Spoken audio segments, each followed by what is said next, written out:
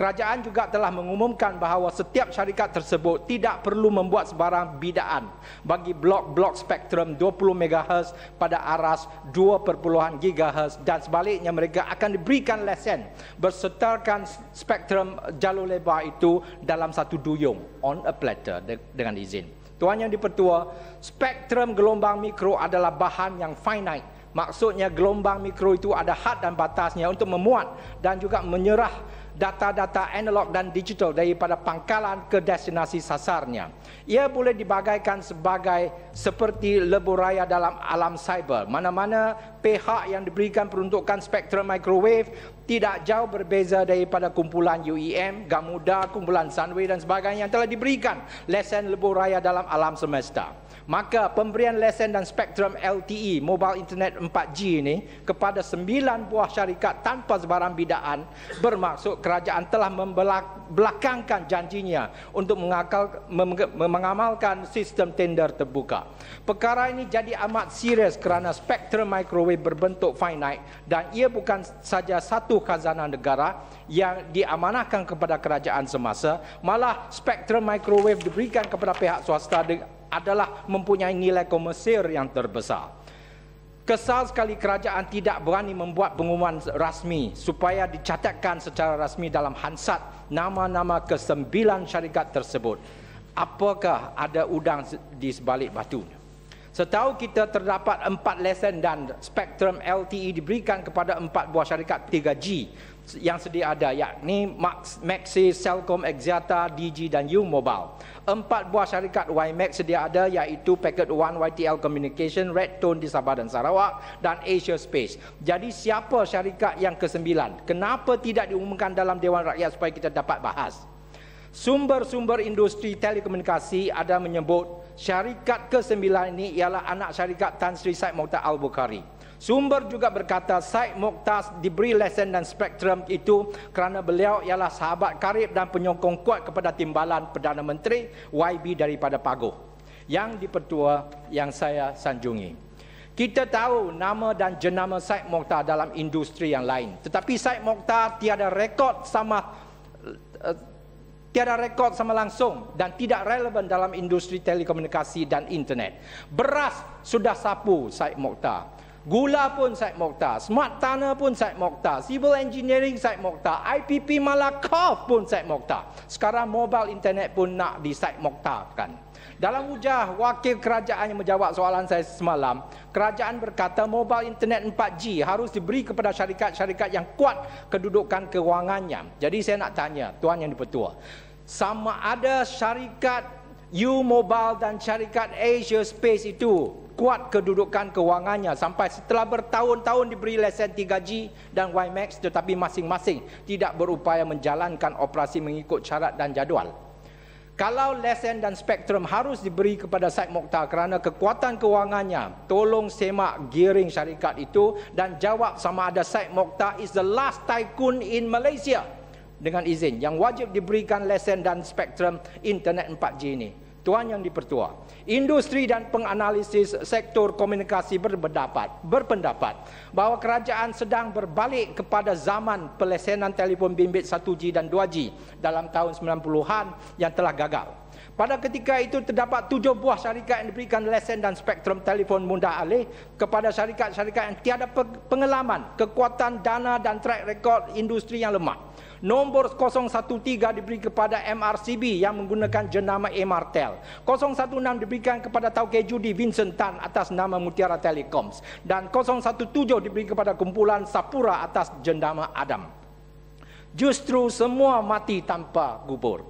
013 Emartel diserap ke dalam Telekom dan kemudiannya Celcom. 016 Mutiara Telekom dijual kepada Telenor yang memakai jenama Digi. 017 Adam dijual kepada Time Telecom dan kemudiannya diserap ke dalam Maxis. Oleh kerana setiap lesen dan spektrum walaupun merupakan khazanah negara, ia mempunyai nilai komersialnya apabila ia jatuh ke dalam tangan syarikat swasta termasuk Tauke Judi. MRCB, Vincent Tan dan keluarga Syamsuddin Sapura semuanya mencari exit ataupun cabut daripada bidang telekomunikasi dengan untung yang besar. Oleh itu, Tuan Yang di-Pertua, saya khawatir pisang akan bertangkai 2 kali sekiranya kerajaan tidak dapat menjamin bahawa ke-9 syarikat yang diberi lesen dan spektrum LTE diwajib untuk berkongsikan infrastruktur dan tidak membiarkan kos infrastruktur dan capex mereka tidak bertindih-tindih. Oleh kerana Malaysia bergantung kepada pembekal asing dalam semua infrastruktur induk telekomunikasi, termasuklah Ericsson, Huawei dan Lucent Alcatel, pertindihan capex dan infrastruktur ini juga merupakan satu jenis pengaliran dana negara yang harus dibendung. Dalam pada itu, saya juga ingin meminta kerajaan menjelaskan sama ada Menteri Penerangan, Komunikasi dan Kebudayaan telah terlibat dalam satu dakwaan skandal pemberian grant sebanyak 1 bilion ringgit kepada syarikat milikan anaknya yang terlibat dalam kerja-kerja menaik taraf akses jalur lebar di seluruh negara. Setakat ini 2 orang blogger yang menulis tentang kemungkinan skandal menteri iaitu Rocky Bro Akhiruddin Atan dan Muhammad Zahir aka Big Dog yang telah diheret oleh SKMM untuk membuat siasatan. Kita mahu dipastikan bahawa menteri dan rakyat jelata termasuk blogger diberi layanan hak asasi manusia yang sama rata tanpa diskriminasi dan prejudis. Kita cuma ingin nak tahu apa pula jumpaan sebenar setelah statement menteri berkenaan telah direkod tanpa was-was. Perdana Menteri harus tahu bahawa rakyat harus didahulukan, bukan menteri yang didahulukan. Kalau menteri bersalah, maka bersalahlah menteri itu, tak kira sama ada beliau telah pun membakarkan jabatannya ataupun tidak.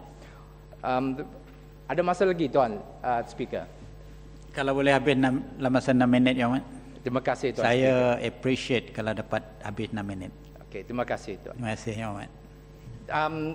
Saya amat menyanjungi hasrat kerajaan untuk menunjukkan komitmen yang tidak terbatas terhadap memajukan teknologi hijau. Tetapi mengikut apa yang telah diperuntukkan dari segi anggaran perbelanjaan bajet 2011 ini, saya rasa anggaran yang diberikan kepada kementerian yang berkenaan adalah terlalu sedikit sangat. Kalaulah kita bincang tentang teknologi hijau, bukan setakat kita nak mencari haluan supaya kita dapat guna pakai kuasa nuklear, tetapi banyak lagi RE iaitu renewable energy yang boleh kita pakai. Walaupun Malaysia terletak di kawasan tropikal dan Malaysia diselubungi dengan cahaya matahari yang begitu berpanjangan, tetapi solar cell ini telah bertempat di Pulau Pinang, bertempat di Kulim, bertempat di seluruh kawasan industri. Malahan industri solar cell telah dijadikan satu industri yang berteraskan untuk pasaran ekspor. Jadi kenapa kita tidak memberikan anggaran yang lebih supaya kita dapat memajukan solar cell ini dan juga segala kuasa, punca kuasa yang dapat dijanakan bersampingan dengan tenaga yang kita janakan menerusi gas dan juga arang batu.